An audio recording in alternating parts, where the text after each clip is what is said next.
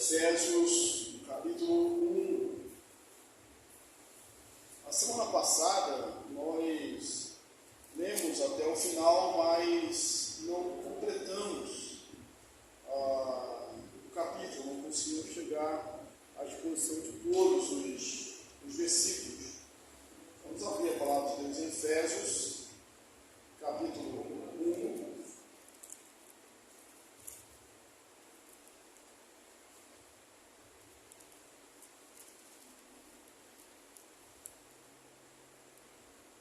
Semana passada nós lemos do versículo 15 até o versículo 23, mas não concluímos a exposição. Então vamos ver do versículo 19 ao 23, para a gente relembrar aqui alguns tópicos para concluirmos esse capítulo. Todos acharam? Efésios, capítulo 1, do versículo 19 ao 23, lembrando que na semana passada nós já lemos esse texto, do 15 ao 23. Vamos ficar de pé então? Vou ler, os irmãos, por gentileza, acompanhem. Diz assim: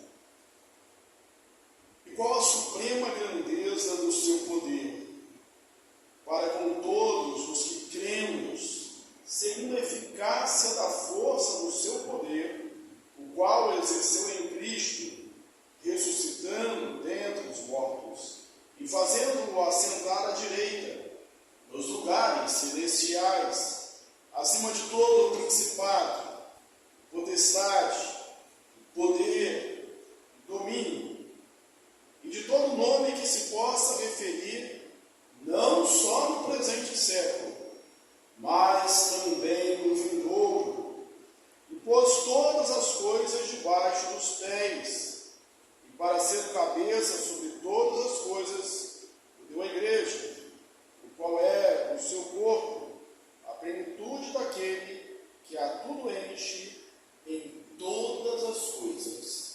Amém? Assentai-vos, irmãos. Lembrando que essa epístola é escrita da prisão, é uma das cartas da prisão. Paulo, na prisão, ele tem boas notícias a respeito dos Efésios, recordava da sua fé, né, e do amor para com os santos. Tinha fé e tinha amor para com a igreja. E aí Paulo, ele pede também para que o entendimento desses crentes de Éfeso fosse iluminado com sabedoria, de maneira que eles pudessem entender a grandeza do poder de Deus. E aí nós entramos logo aqui no texto que nós lemos, no versículo que nós lemos, e qual a suprema grandeza do seu poder para nós os que cremos, e a eficácia do seu poder, o qual ele exerceu em Cristo, ressuscitando dentre os mortos. Em suma, o mesmo Deus que ressuscitou com poder Jesus Cristo dentre os mortos, a morte não pôde deter o autor da vida. Esse poder usado por Deus para ressuscitar Jesus é usado também para a nossa conversão, para a nossa regeneração, ou seja, para a nossa ressurreição espiritual. Porque um pouco mais à frente, no capítulo 2, nós vamos ver que todos nós estávamos mortos nos nossos delitos e pecados. Ele nos deu vida. A vida vem dele. Então nós precisamos crermos que é um poder de Deus. Nos lugares, o qual exerceu em Cristo, ressuscitando dos mortos e fazendo assentar à sua direita, nos lugares celestiais.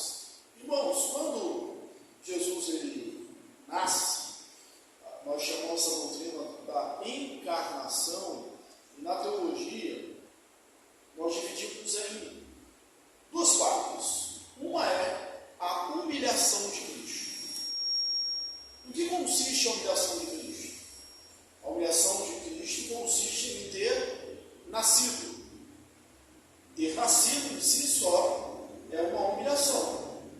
Mesmo que tivesse nascido no palácio, com toda a realeza humana, ainda assim seria um ato de humilhação. Por quê?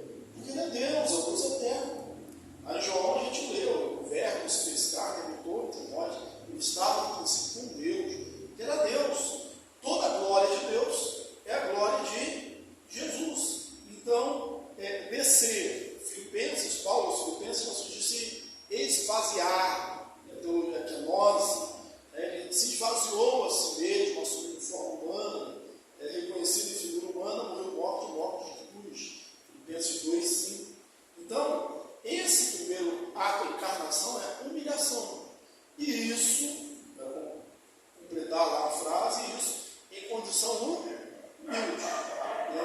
Mesmo que tivesse nascido no palácio, ainda assim seria humilhante. Mas ele nasceu numa manjedoura. Ele nasceu numa manjedoura. O Cordeiro de Deus que tira o pecado do mundo. Não havia lugar para ele nas hospedarias. Não havia lugar para ele. Então foi uma vida humilde. Um nascimento humilde, uma vida humilde. Ao ponto dele dizer, quando alguém queria segui-lo, as raposas têm seus covis, as aves no céu os seus ninhos, mas o filho do homem não tem onde reclinar a cabeça. Então, a sua condição humilde. Morreu, morte, e a morte mais humilhante, que era considerada maldita, a morte de cruz. Isso é humilhação de Deus.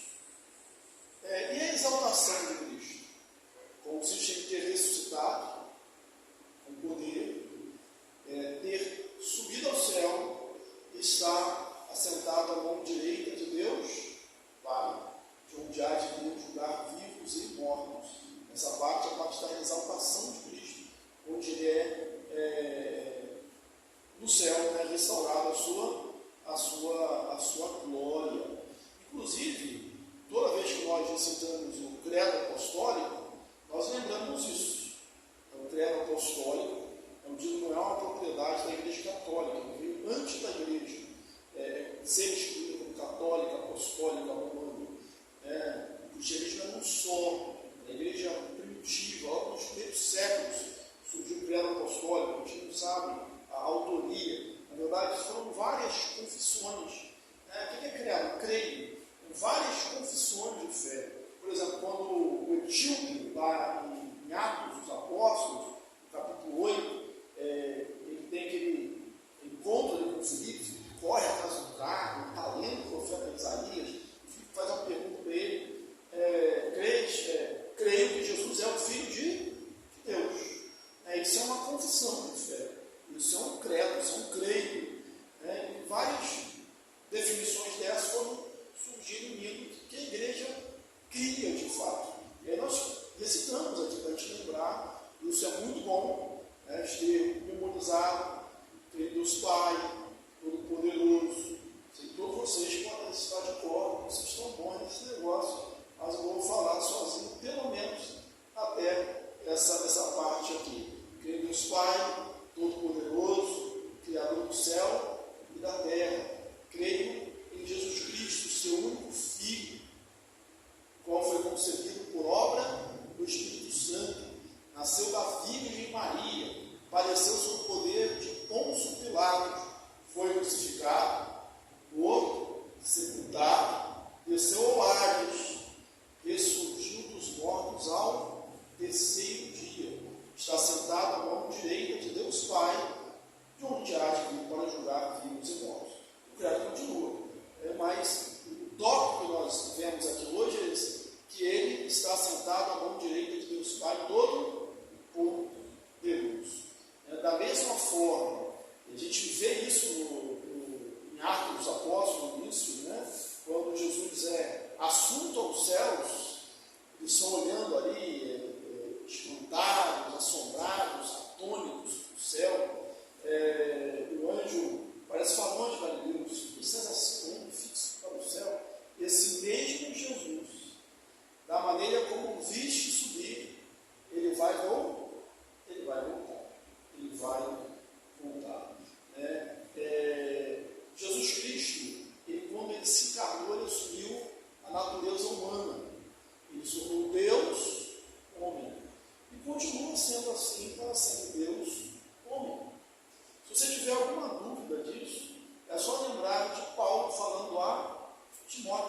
1 Timóteo 2,5, que há um só Deus e um só mediador entre Deus e os homens.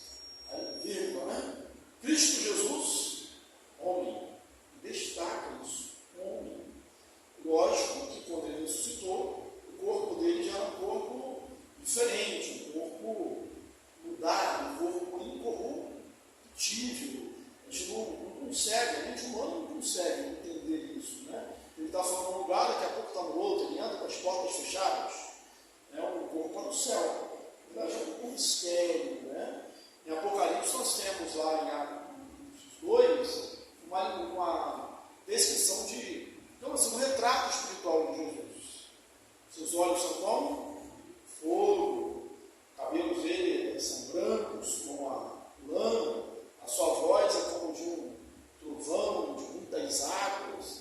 Agora, o Apocalipse simboliza algumas coisas, né? O cabelo branco, a sabedoria, o fogo nos olhos, a vivacidade, o poder, a autoridade, a voz de muitas águas, o poder da palavra.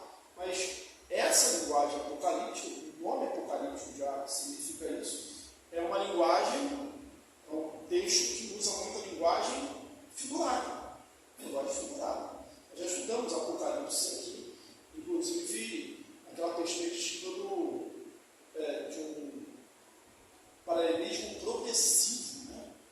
Lá em Atos 2, em Apocalipse 12, parece que ele volta ao início da história cristã, né? Cada sessão termina ali do início até o fim, né, da volta de Jesus. E em Apocalipse 12 a gente vê mais claro isso, porque tinha uma mulher grávida esperando para dar luz, né? E vem um dragão que quer devorar o menino.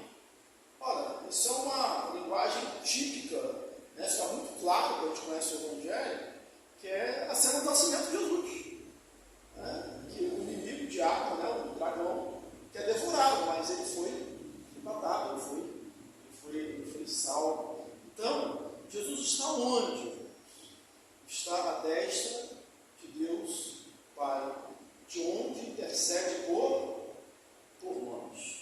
Por isso nós dizemos que nós temos o que diante de Deus? Um advogado, um intercessor.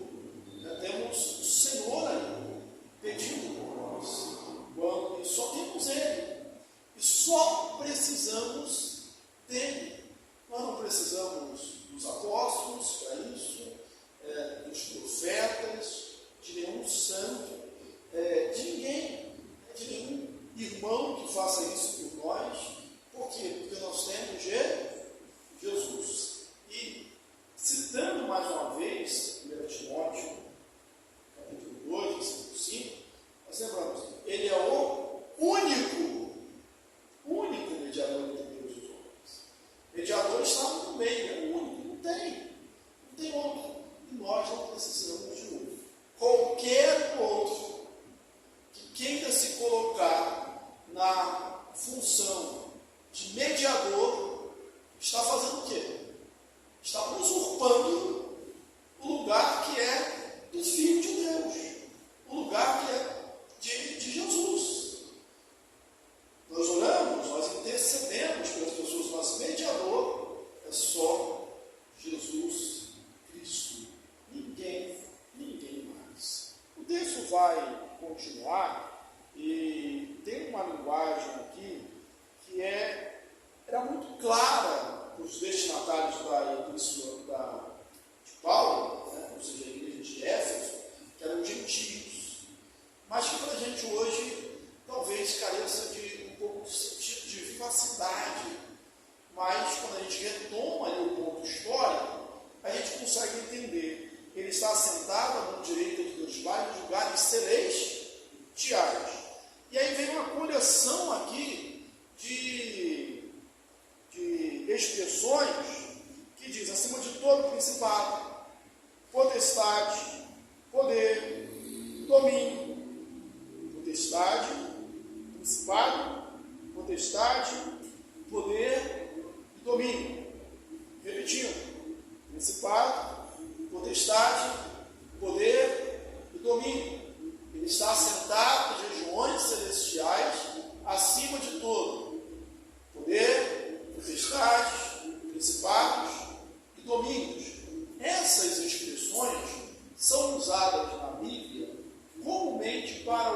anjos. Poder, principados, potestades, domínios. Então Jesus está acima de todo poder, de todo anjo. Quer seja os anjos, que não, todos eles, aqueles que não caíram no seu estado original, são os ministros de Deus, Gabriel, Miguel, uma infinidade de anjos, né? E aqueles que caíram, como o diabo. Jesus está acima de todos eles. Lutero usa uma expressão forte, no século XVI, Lutero sempre usava expressões muito fortes, que é típico da época, né? Então, Lutero diz assim, que o diabo é o diabo de Deus. O diabo é o diabo de Deus. Ou seja, ele não está fora do domínio de Deus.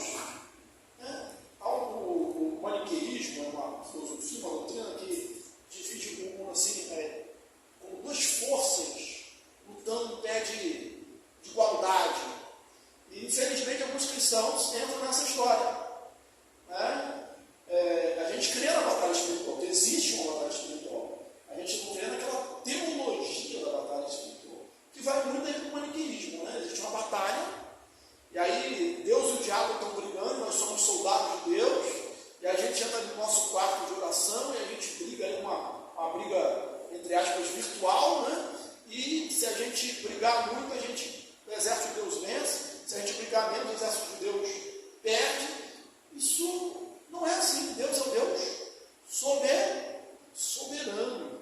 Eu gosto de uma expressão de Paulo, quando ele fala assim sobre o homem da iniquidade, que é sinônimo. O homem da iniquidade, anticristo, a besta, são os mesmos, né? E Paulo diz assim, o qual ele, falando de Jesus, quando se manifestar, destruirá com o... Você consegue falar aí, vai? Com o sopro da sua boca. Com o sopro da sua boca. Quer dizer, não há uma luta em pé de igualdade, né, maniqueísta. Deus é Deus soberano. Jesus tem todo o poder. Na grande comissão, ele disse isso para os seus discípulos. Lá em Mateus, no capítulo 28, 19, 20, toda a autoridade me foi dada nos céus e na terra. Toda a autoridade é do Senhor Jesus. Todo joelho se dobrará, toda língua confessará que Jesus Cristo é o Senhor. O livro que nós estudamos antes de Efésios foi Atos dos Apóstolos, que deve estar ainda recente na sua mente. Por exemplo, Atos 4, 12, onde ele diz: porque abaixo do céu não existe nenhum outro nome dado entre os homens, pelo qual importa que sejamos salvos, a não ser o nome de Jesus. Não existe outro nome pelo qual importa que sejamos salvos. Eu disse que essas expressões aqui não são muito fortes para a gente. Poder, principados, potestades, soberanias, são usadas para os anos, porque, ainda que haja muito misticismo hoje, né, naquele tempo, né, por exemplo, a igreja de Éfeso, a cidade de Éfeso, o que tinha em Éfeso? Uma das maravilhas do mundo antigo, o templo da Diana dos Efésios. Era uma cidade cheia de feitiçaria, de bruxaria, de magias, e eles intitulavam essa Diana dos Efésios, lá em Atos, eles ficaram cantando por horas, grande a Diana dos Efésios, como a rainha ou a deusa maior do submundo. Ela era a deusa de todos os outros deuses. E aí Paulo, para esses crentes da cidade, eles não tem isso. Quem é Diana? Diana não é nada. Diana não é nada. Jesus, ele tem todo o poder sobre todo principado, potestade, domínio, soberania.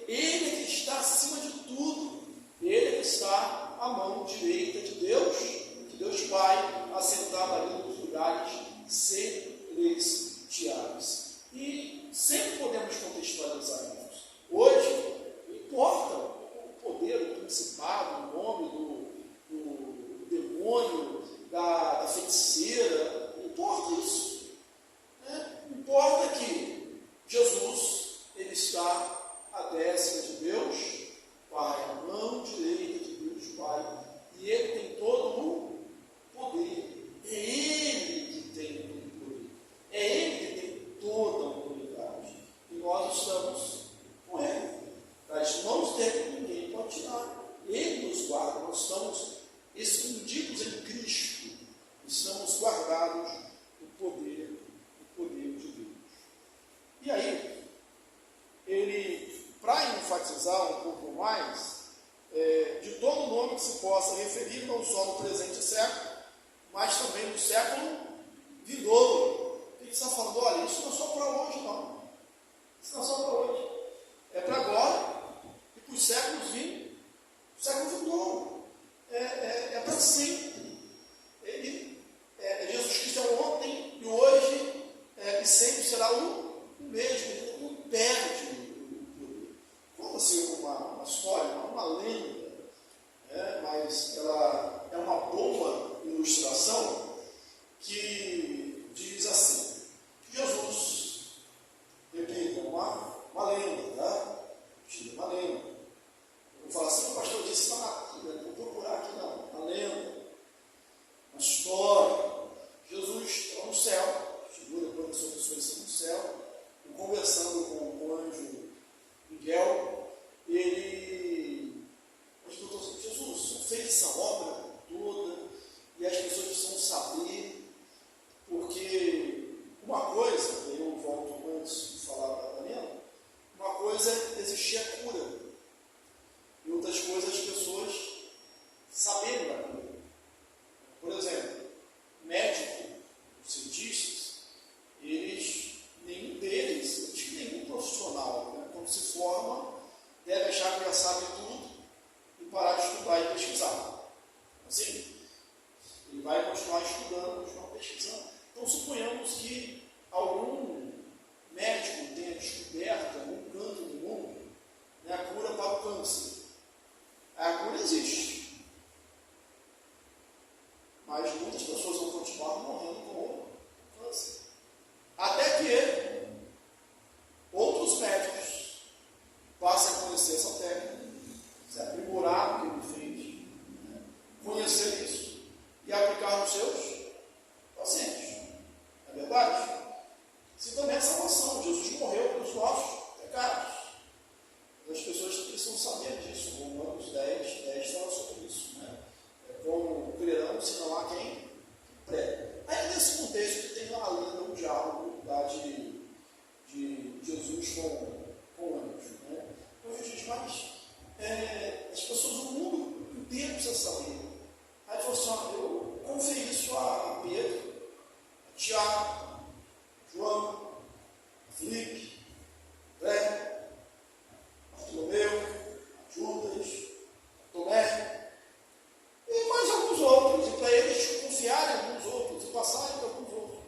Eu falei: mas Jesus, perguntou, e se Pedro ficasse um pouco cansado, e não falar mais? E se depois de Pedro, que eles fizerem depois, esquecerem de falar? E se no século XX, no século XXI, as pessoas, essa corrente ego de proclamação, tenha se quebrado, as pessoas não souberem mais? Se eu tenho um outro plano, eu falo assim: não tenho outro plano, eu tenho sem outra coisa, não tem outra coisa. Eles são meu plano. Eu confio neles. Que responsabilidade nos dá para eles? Jesus não teve um plano B. Podia confiar nos anjos, podia fazer de outra maneira sobrenatural, mas ele confiou à igreja, a mim e a você, essa responsabilidade. E aí, ele assim: e pôs todas as coisas debaixo dos seus pés, para ele ser o cabeça sobre todas as coisas, e deu à igreja. Todas as coisas estão debaixo dos pés de Cristo. Ou seja, todas as coisas estão sob a sua autoridade, sob o seu domínio. E para ele ser o cabeça, ele deu à igreja. A igreja, e Paulo fala bastante disso em suas epístolas,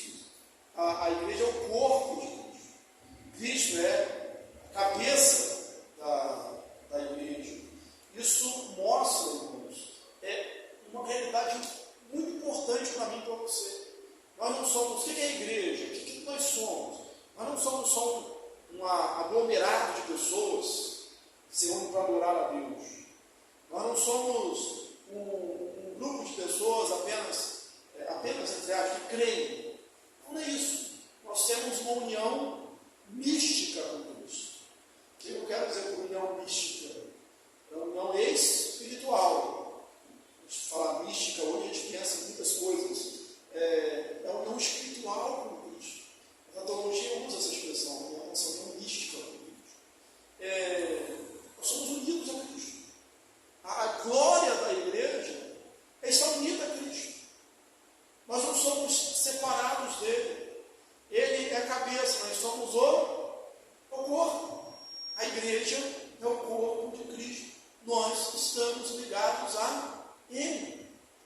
Aí, pensando nisso, é que a gente pode começar a entender esse último versículo da epístola, do capítulo 1, que é difícil. Por que eu digo difícil? Porque essa expressão aqui, ela não aparece em nenhum outro lugar do Novo Testamento.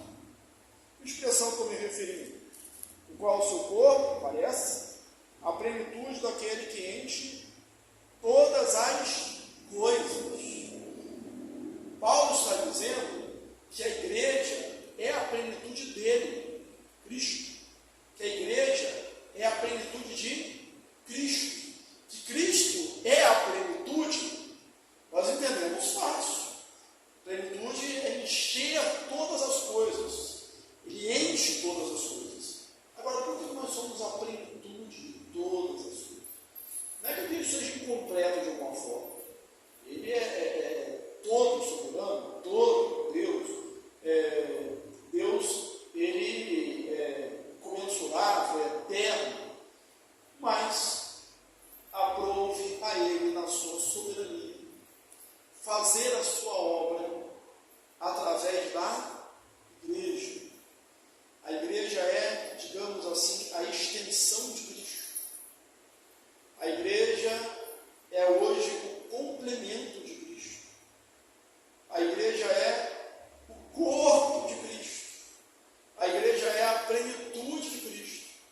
A igreja é as mãos de Cristo. Cristo vai fazer algo, ele faz através da sua igreja. Se ele tem que ir a algum lugar, ele vai através dos pés, que somos nós, somos a igreja. Nós somos o corpo de Cristo. Calvino, ele disse assim, que aprove a Deus, aprove a ele, Jesus, se considerar incompleto, até que esteja unido a nós. Não que ele seja, mas ele escolheu isso.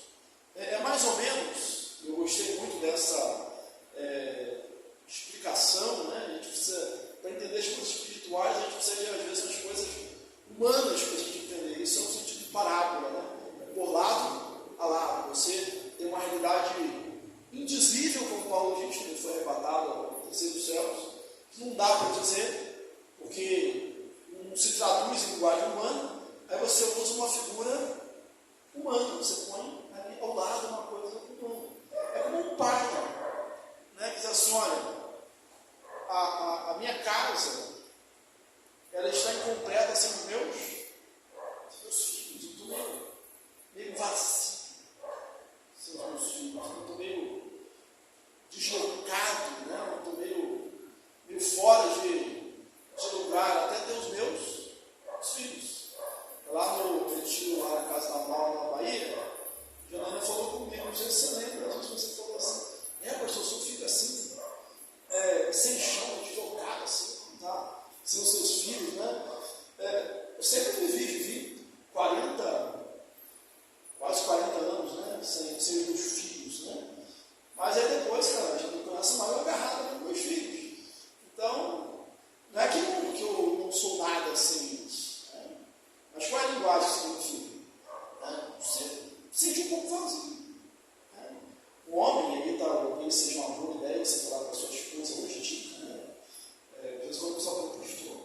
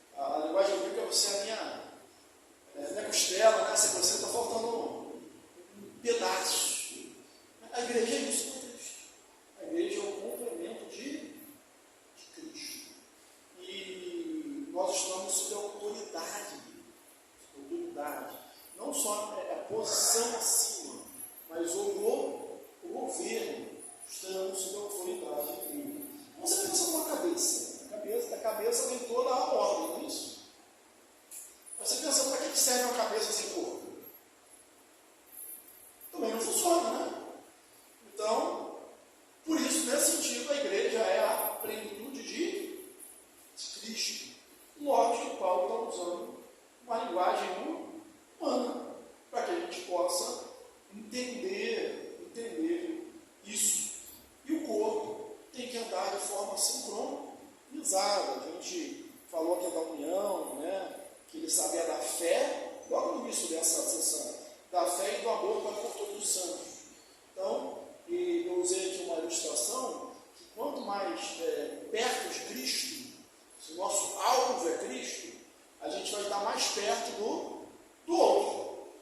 Se a gente anda na mesma direção, a gente vai se aproximar, a gente vai se encontrar, a gente vai estar unidos. Usei a figura da roda, né, de uma bicicleta, com os raios, né? Os raios estão espalhados, mas quanto mais eles se aproximam do centro, automaticamente eles se aproximam mais um do outro. Lá no deserto, Deus guiava o seu povo através de uma voz, a coluna de fogo, a coluna de nuvem, de dia, de noite, e os chofares, que era a voz de Deus. Cada toque do chofar tinha um significado. Ora, se todos sabiam o significado do toque, o que acontece com o quartel, todos sabem o significado do toque, todos estão ouvindo o mesmo toque, ou seja, todos estão ouvindo a mesma voz. O que vai acontecer, logicamente? Todos vão marchar na mesma direção. E quando tiver que parar, todos vão parar juntos. Nesse sentido, a igreja não funciona como um quartel, não deveria ser ali funcionar como uma ordem unida. Agora, se o pé, Paulo usa esse lugar, né, execução do corpo, né, com o seu pé, na sua mão, se o pé quiser ir para um lugar e a mão for para outro, o corpo ele vai se mutilar, ele vai se partir, ele vai se esfacelar. Ele não vai resistir, porque ele tem que ir na mesma direção. A gente não passa nesses desenhos, né? Quando a gente era criança, tinha um desenho desse aí, pessoal. Tinha os raios deles lá do teste terrestre, atiravam uma pessoa, você dizia, então estou bem. Mas aí quando ele ia o corpo de um lado e o pé para o outro, né? Só para dar uma bexiga vai lembrar. A gente tem muito aqui na lembrar disso aí, desse tipo de desenho. Parece que a igreja, às vezes, a gente está assim, a gente está contradizendo na prática. Porque na teoria a gente diz, olha, nós cremos num só Deus. Aquele versículo de Efésios que é bonito, né? Uma só fé, um só Deus, um só Senhor, um só batismo. Mas, na prática, às vezes, a gente está com esse desenho animado lá, né, que tomou um tiro de raio laser e o pé saiu para o lado, né, o tronco para o outro, né, cada um para um lado. A gente deve ouvir só a voz de Deus, andarmos unidos. É verdade que estamos num processo. Precisamos dessa sabedoria de Deus para enxergar isso. Porque se a gente olhar para a igreja com os olhares humanos, e talvez até com o olhar angelical, se a gente for pensar naquela história que eu contei, na lenda que eu contei, né, de Miguel conversando com Deus, mas não dá para ver não. O Paulo, desculpa, mas não dá para ver a igreja com essa plenitude de Cristo, porque tem divisão, tem briga, tem escândalos sexuais, financeiros, tem crente que não fala com crente. Em outro lugar, outro lugar,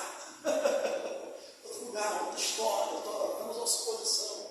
Fala assim, Deus, não consigo ver. Mas precisa de discernimento, sabedoria, né, acreditar e entender, né, que Deus é o Deus que faz essas coisas. E existe, né, como eu estudo na escola dominical, por isso que todo conhecimento, todo ensino, ele vai se somando. Aqui na escola dominical, em algumas lições, eu tinha mais de uma. Eu bati bastante na tecla da igreja visível e da igreja invisível. Né? A igreja invisível é aquilo que Deus conhece, é que Deus sabe, é que Deus escolheu de fato. Então, Deus não falha, Ele escolheu a igreja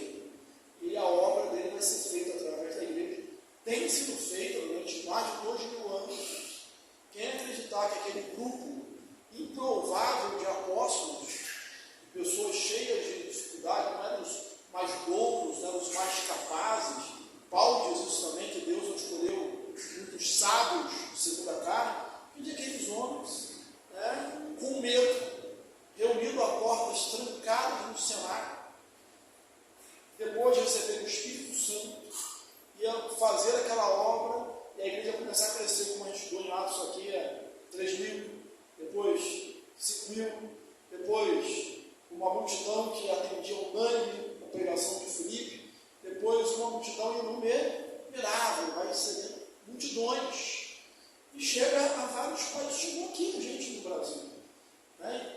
Continuamos, a igreja, apesar das dificuldades, continua enviando missionários. Em agosto passado, nós tivemos aqui uma família missionária que já está lá, né, no Zimbábue, né, pregando o Evangelho, né, estava se preparando, né, para a missão transcultural, já está lá, pregando o Evangelho. As portas do inferno não prevalecerão contra a igreja. E aí eu concluo com aquele hino, acho que é um hino, né? As provas, as lutas, a igreja segue caminhando. A igreja segue caminhando. Amém? Que Deus os abençoe ricamente e complete em nós a sua palavra.